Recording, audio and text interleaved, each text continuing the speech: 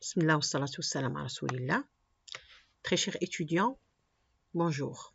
Je suis très heureuse de prendre contact avec les nouveaux étudiants, les nouveaux bacheliers qui ont intégré notre faculté cette année pour la première fois. Marhaba, soyez les bienvenus. Alors, c'est une responsabilité que d'enseigner aux étudiants de S1 parce que c'est des gens qui viennent d'intégrer la faculté et qui viennent d'intégrer cette nouvelle philosophie du travail. J'espère pour vous que vous allez persévérer, que vous allez intégrer d'autres valeurs de travail, d'autres façons de travailler, parce que étudier à la faculté, c'est pas facile, mais c'est extrêmement enrichissant. Alors, cette année, je vais avoir l'honneur de vous enseigner la matière, l'introduction à la microéconomie. Alors, la microéconomie, c'est une matière que vous allez avoir pendant 2 semestres, donc ce semestre 1 et semestre 2. Semestre 1, on va voir donc 2 premiers chapitres et après, on va continuer les autres chapitres de la microéconomie. C'est une matière très importante, c'est la matière de base, je dirais, de toutes les études économiques et c'est une matière, si vous voulez, qui vous donne les jalons de ce que c'est que l'économie. L'économie, c'est une des matières, d'après moi, les plus intéressantes parce que c'est une matière qui allie, je dirais, la technologie, les nouvelles, les finances, la fiscalité en matière à tout ce qui est théorique. Donc, on allie la théorie à la pratique, tout ça dans l'intérêt du citoyen. D'ailleurs, la relation entre tout ce qui est économique et tout ce qui est social est très complexe. On n'arrive pas à délimiter l'une de l'autre. Donc, vous intégrez cette faculté pour la première fois, vous intégrez cette spécialité pour la première fois. Cette matière, la microéconomie, c'est elle qui va vous tracer, Inch'Allah, la route de votre cursus. Alors aujourd'hui, on va s'intéresser à l'introduction de la matière microéconomie A. Et d'ailleurs, je vous ai envoyé le syllabus de la matière. J'espère que vous l'avez lu. Alors, normalement, avant, cette matière, elle est intitulée l'économie politique. C'est-à-dire qu'avant, on n'enseignait pas la microéconomie les premières années dans les facultés et les écoles de commerce et d'économie. Normalement, on avait une matière qui s'intitulait l'économie politique. Alors, une définition classique de l'économie politique est celle qui est donnée par donc l'un de ses pairs qui est Adam Smith. Et on va voir, Adam Smith, c'est un grand philosophe et économiste classique. Et on va voir essentiellement la théorie d'Adam Smith est une théorie très intéressante. On va en parler aujourd'hui même. Et il y a un de ces livres qui est normalement le plus connu, c'est La richesse des nations, qui a été publié en 1776. C'est un livre très intéressant. Alors, dans ce livre-là, il avait donné une définition de ce que c'est que l'économie politique en disant que l'économie politique, considérée comme une branche de la science d'un homme d'État ou d'un législateur, cette branche se donne 2 objectifs. Premièrement, de procurer aux gens un revenu de subsistance, ou plus exactement de leur permettre de se procurer eux-mêmes leur revenu de subsistance, et deuxièmement, de fournir à l'État un revenu suffisant pour le service public. Ça veut dire que lorsqu'on parle d'économie politique, c'est, je dirais, une science qui a 2 objectifs principaux. Premièrement, essayer de trouver des richesses pour les individus, ça veut dire des gens, essayer de leur trouver des revenus qui leur permettent de vivre, c'est-à-dire qu'ils vont percevoir un revenu, ils vont acheter des matières premières et peut-être même faire normalement thésauriser un peu d'argent, donc épargner, et lorsqu'ils vont acheter ou épargner, lorsqu'ils vont acheter, donc c'est l'activité économique qu'ils vont enrichir, et lorsqu'ils vont épargner, c'est de l'argent qui va se trouver par exemple dans les banques, et grâce à cet argent-là et aux taxes, on va permettre à l'État aussi, normalement, d'avoir de l'argent pour pouvoir faire des services publics. Donc, vous voyez, l'économie politique, c'est une branche de l'économie qui est très importante. Alors, ce cours donc d'économie politique ou bien le cours d'économie politique en enseigné, comme j'avais dit, dans toutes les universités d'économie du monde et les écoles d'économie. Alors aujourd'hui, donc depuis une quarantaine, cinquantaine d'années, il a été scindé en deux cours, la micro et la macroéconomie. Donc au lieu d'enseigner, si vous voulez, l'économie politique, aujourd'hui, on l'a divisé en deux parties, la microéconomie et la macroéconomie. Et bien sûr, cette année, nous, on va essayer de s'intéresser à la micro. La macroéconomie, vous allez l'étudier à notre niveau dans votre cursus. Alors, la différence entre la micro et la macro, c'est que la microéconomie, comme son nom l'indique, c'est micro, c'est une analyse qui va se faire au niveau de chaque agent économique. On va essayer d'étudier le consommateur, quels sont les besoins des consommateurs, comment le consommateur fait pour acheter et se procurer les besoins en fonction de son revenu. On va s'intéresser aux producteurs, on va s'intéresser au marché. Lorsqu'on parle de macroéconomie, comme son nom l'indique, c'est une étude qui va se faire au niveau national. Donc, c'est là où on va, par exemple, nous intéresser au produit intérieur brut, au revenu national, à l'épargne nationale. C'est donc une analyse qui se fait à un niveau national. Et la microéconomie, c'est une analyse qui se fait au niveau microéconomique, au niveau de chaque agent économique. Et ces deux analyses se complètent. Parce que pour avoir une idée sur l'économie en général, il faut avoir une analyse macro et il faut aussi avoir une analyse microéconomique. Alors, la microéconomie traditionnelle est issue d'une analyse à l'initiative donc des professionnels de l'économie mathématique néoclassique qui est bien sûr, elle a été lancée par un grand économiste, c'est les néoclassiques, c'est Paul Samuelson et Jean Hicks. Ce sont donc des auteurs qui ont, je dirais, donné toute son importance à la microéconomie. Alors, cette matière, elle est fondée sur 4 principales théories. La théorie du consommateur, analysant le comportement des ménages, ça veut dire que on essaie de voir, essentiellement de répondre à la question, qu'est-ce qui pousse un consommateur à acheter les marchandises? Pourquoi un consommateur achète? En fonction de quoi? Est-ce qu'il achète seulement en fonction de ses besoins? Est-ce qu'il achète en fonction de ses désirs? Est-ce qu'il achète en fonction de son revenu? Est-ce qu'il achète en fonction de ses dettes? Comment le consommateur agit vis-à-vis du marché? Alors, deuxième théorie, c'est la théorie du producteur. C'est-à-dire, c'est la même analyse qu'on a fait au niveau du consommateur, on va la faire au niveau du producteur. Qu'est-ce qui pousse un producteur à produire? Est-ce que c'est seulement le profit? Est-ce que c'est aussi l'économie d'échelle? Qu'est-ce qui pousse ce consommateur normalement, à produire ses biens? Troisième théorie, c'est la théorie de l'échange, parce que vous avez un consommateur, vous avez un producteur. Ces deux-là, ils vont échanger. Dans quel cadre? C'est le cadre du marché. Et là, on va s'intéresser à quels sont les types de marchés qui existent. Donc, on va parler de la concurrence parfaite, du monopole, de l'oligopole, tout ça, on va l'étudier. Et quatrième théorie, c'est la théorie de l'optimum économique, bien sûr. C'est une théorie qui veille à l'étude de l'efficacité des agents économiques.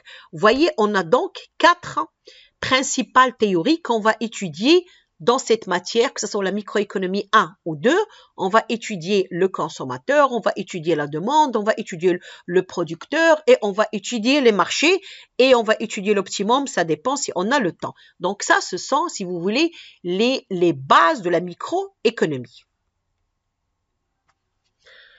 On ne peut pas être un économiste, d'après mon humble avis, si on n'a pas une idée sur ce que c'est que les théories économiques.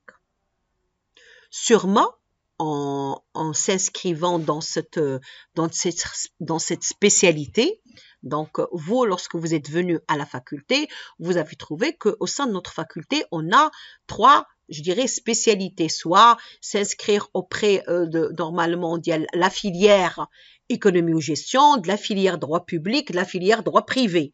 Droit privé français ou arabe, droit public français ou arabe.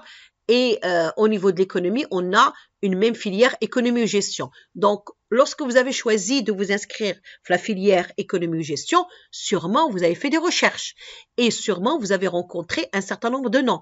Tout à l'heure, on a parlé de Hicks, on a parlé de Adam Smith, on va parler de Marx, on va parler de John Maynard Keynes. Il y a donc plusieurs noms. Alors, ces gens-là, ils sont qui? Pourquoi on les étudie? Qu'est-ce qu'ils vont nous apporter? Est-ce que leur théorie a été intéressante et importante? Ce sont des questions auxquelles on va essayer de répondre, pas dans ce cours. Vous allez avoir une autre matière très très importante, donc l'histoire de la pensée économique, qui, d'après moi, constitue le socle de l'économie. On ne peut pas être un licencié en économie si on ne connaît pas les théories économiques. Malheureusement, il y a beaucoup de personnes qui croient que les théories y sont dépassées. Ce n'est pas vrai. La preuve, c'est qu'aujourd'hui même, on travaille avec des projets, avec des équations qui ont été développées par des gens qui ont vécu au XVIIIe siècle. Parce que l'économie, il y a des équations, il y a des théories qui sont actualisées aujourd'hui et qui sont d'actualité. On travaille avec. Moi, il fut un temps où j'ai travaillé avec, mémoire de mon 3e cycle sur la thématique la demande de monnaie, étude économétrique, bien sûr, cas du Maroc. Lorsqu'on étudie la demande de monnaie, vous savez ce que c'est que la demande de monnaie? La demande de monnaie, c'est le fait de répondre à la question: qu'est-ce qui pousse les agents économiques à détenir de la monnaie? Vous savez, lorsqu'on parle de monnaie, on a plusieurs types de monnaie. On a la monnaie fiduciaire, la monnaie scripturale, la monnaie métallique. Il y a plusieurs types de monnaie. Ça veut dire que vous, chez vous, dans votre, dans votre, comment je vais appeler ça? Moi, j'appelle ça mon sac. Bon, on va appeler ça mon porte-monnaie. Dans notre porte-monnaie, il y a des gens qui ont des cartes pour retirer de l'argent, pour payer avec. Il y a des gens qui ont de l'argent, la monnaie fiduciaire, qui ont des 100 ou 200 dirhams, 50 dirhams. Il y a des gens qui ont la monnaie métallique. Vous savez, le 1 dirham, le 5 dirhams, le 10 dirhams. Donc, et bien sûr, il y a des gens qui ont même des chèques. Tout ça, ce sont des formes de monnaie. Alors, qu'est-ce qui pousse les gens économiques à avoir par exemple, il y a des gens qui disent non, moi j'ai pas intérêt à avoir la monnaie fiduciaire, moi je veux avoir seulement la carte parce qu'elle me permet de mieux connaître mon argent. Donc la demande de monnaie, c'est une fonction qui nous permet de voir quelle est la forme de monnaie la plus utilisée. Et pour calculer la demande de monnaie, on a plusieurs théories. On a la théorie normalement de Keynes, la fonction de Keynes. On a la fonction des monétaristes, donc celle de Milton Friedman. Et Milton Friedman, c'est un économiste qui a eu le prix Nobel d'économie. Imaginez que l'équation de Milton Friedman, c'est une équation qui s'est inspirée de l'équation d'Irving Fisher, qui est un néoclassique. Néoclassique, ça veut dire 18e siècle. Imaginez une équation 18e siècle qui a été actualisée et qui est même aujourd'hui utilisée par des pays très développés. Ça veut dire que lorsqu'on parle de théorie économique, c'est pas quelque chose qui est dépassé, non, c'est quelque chose qui nous permet de mieux comprendre la réalité. Maintenant, la question qui se pose, c'est quoi une théorie économique? Donc, quelle est la définition de la théorie économique? D'où viennent les théories économiques? Et qui a édifié ces théories économiques? Alors, les théories économiques, c'est un essai d'un certain nombre de personnes, de spécialistes, ce soit des philosophes, ça peut être des mathématiciens, qui se sont intéressés à trouver une solution économique à une situation. Vous savez que lorsqu'on parle d'économie, c'est une situation qui évolue. Par exemple, le monde en 2020 ne ressemble pas au monde 2019. N'est-ce pas? Cette année, on a eu le coronavirus qui a impacté, le monde au niveau médical et qui a eu des impacts sociaux et des impacts économiques. Donc là, il y aura des gens qui vont, il y a des gens qui ont déjà commencé et il y en a d'autres qui y travaillent. Il y a des gens qui essaient de comprendre d'où vient le problème et quelles sont les solutions qui peuvent nous faire sortir de cette crise.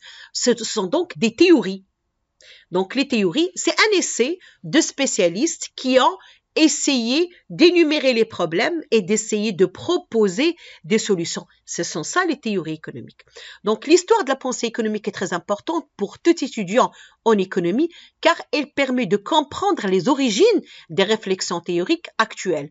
Une mise en parallèle de l'approche moderne de la science économique avec celle de ses fondateurs contribue à nous éclairer sur l'arsenal théorique dont nous disposons pour résoudre les problèmes socio-économiques. Ça veut dire que pour qu'on puisse trouver une solution aux problèmes actuels, on doit s'inspirer normalement des solutions anciennes pour ne pas reproduire les mêmes fautes. Ce qui fait les théories économiques, elles sont très, très, très intéressantes. Et moi, je sais que vous êtes nouveaux et tout ce que je dis peut vous paraître difficile, mais moi, je vous conseille, pas maintenant, lorsque vous allez être en congé le mois je dirais de juin par exemple, le mois de août, de chercher, de vous connecter pour aller lire par exemple les bases ou bien un résumé sur l'œuvre d'Adam Smith, l'œuvre de John Maynard Keynes, l'œuvre de Milton Friedman, l'œuvre de Karl Marx, l'œuvre de Maurice Allais, et vous allez voir que c'est extrêmement intéressant. Et c'est ce qui rend cette spécialité économie très riche. L'économie, c'est pas la comptabilité, c'est pas seulement statistique, c'est pas seulement les mathématiques, c'est beaucoup plus que ça. C'est tout ça en même temps. C'est l'histoire de la pensée économique ajoutée à tout ceci. Et c'est ce qui rend, comme j'avais dit, cette spécialité intéressante parce que c'est une spécialité qui évolue avec l'évolution des hommes, avec un grand H, avec l'évolution du contexte économique et social, avec l'évolution de la technologie. C'est une spécialité qui vit, qui n'est pas, c'est pas une spécialité qui, je dirais, qui évolue de façon droite, statique. C'est une spécialité qui évolue parce que elle est vivante. Alors, l'histoire de la pensée économique. L'histoire de la pensée économique, c'est une matière que vous allez avoir, je crois, l'année prochaine ou l'année d'après. C'est une matière où vous allez étudier l'évolution des théories économiques et des pensées économiques et vous allez voir que c'est extrêmement intéressant. Donc, les écrits à résonance économique sont quasiment aussi anciens que l'écriture, ce qui est normal. Parce que lorsqu'on parle d'économie, on parle d'achat et de vente. Donc, l'achat et la vente, ils sont aussi anciens que la vie humaine. Même le troc, parce qu'avant l'achat et la vente, il y avait le troc. Et même le troc fait partie de l'économie. Parce que lorsque moi je vais... Vous savez ce que c'est que le troc? Le troc, c'est avant la naissance de la monnaie. C'est lorsque moi, pour acheter mes marchandises, je vais au marché et par exemple, moi j'ai des pommes, j'ai cultivé des pommes et j'ai besoin par exemple des tomates. Je vais voir une autre personne qui cultive les tomates et lui dire donnez-moi des tomates et moi je vous donne les pommes. Mais en fonction de quels critères? Est-ce que 3 pommes égale à 3 tomates ou 4 tomates égale à 3 pommes? Ça dépend des contextes. Il y avait des règles. Donc, les écrits à résonance économique, elles sont très, très anciennes.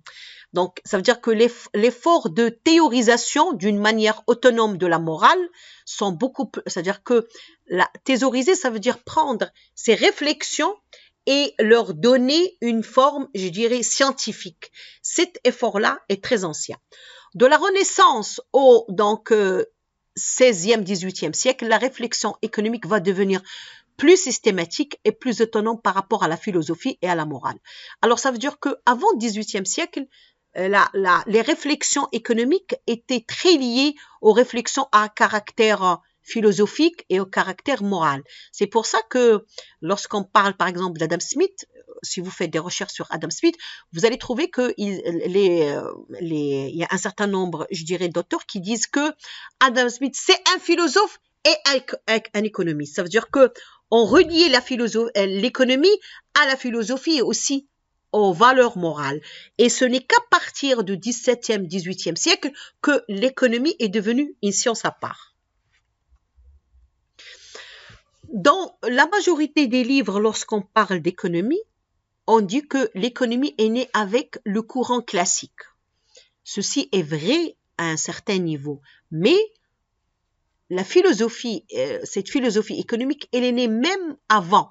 On avait dit tout à l'heure que l'économie est normalement est née avec la naissance de la vie humaine, mais bien sûr, elle a commencé à être formalisée à partir de 16e, 17e, 18e siècle. Essentiellement, 17e, 18e, c'est les classiques. Mais avant, donc 16e aussi, une partie de 16e ou 17e, il y avait un essai de formaliser formaliser l'économie grâce à un certain nombre de courants économique essentiellement, les mercantilistes, les physiocrates, on va voir, ce sont des gens qui ont essayé de formaliser l'économie, lui donner une forme plus clarifiée et une forme, je dirais, plus scientifique.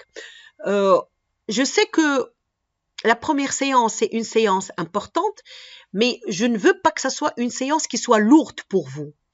Cette partie du cours, cette partie théorique, c'est seulement une introduction pour vous permettre de comprendre ce qu'on va dire plus tard. Tout à l'heure, j'avais dit que la microéconomie se base sur 4 théories, le consommateur, le producteur, les marchés et l'optimisation du marché, n'est-ce pas?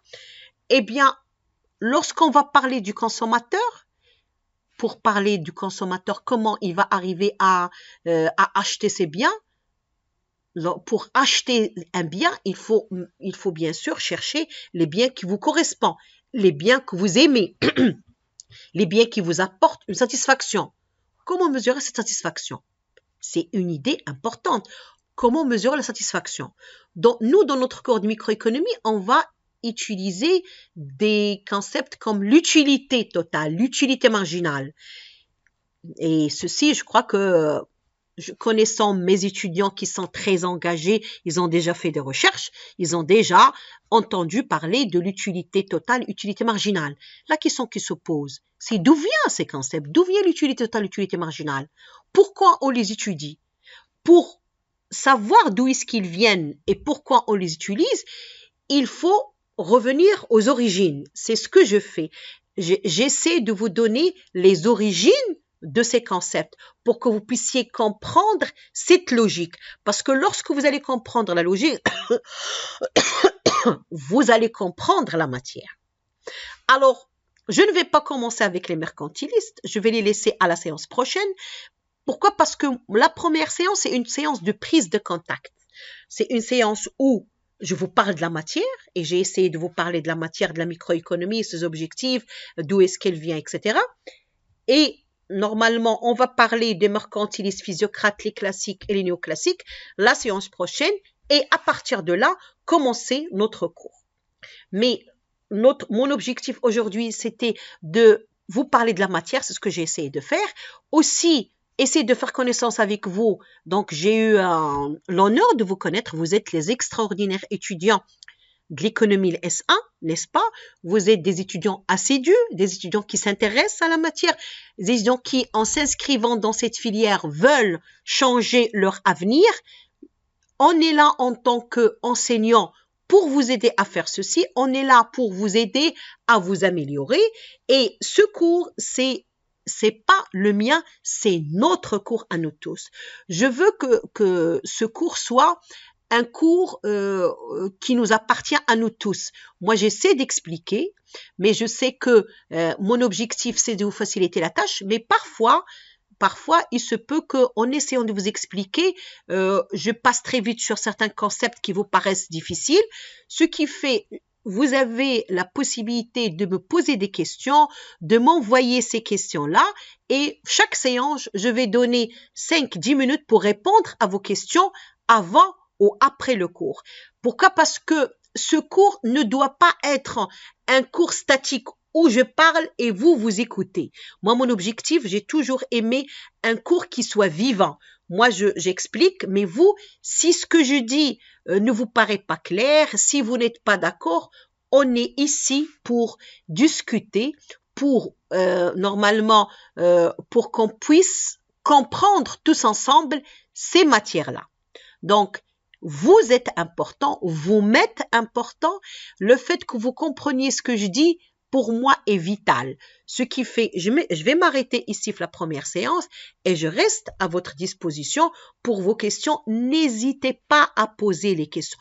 Toutes les questions, d'après moi, sont intéressantes. Toutes. Et vous êtes pour moi intéressants. Je vous remercie et à la semaine prochaine, Inch'Allah. Au revoir.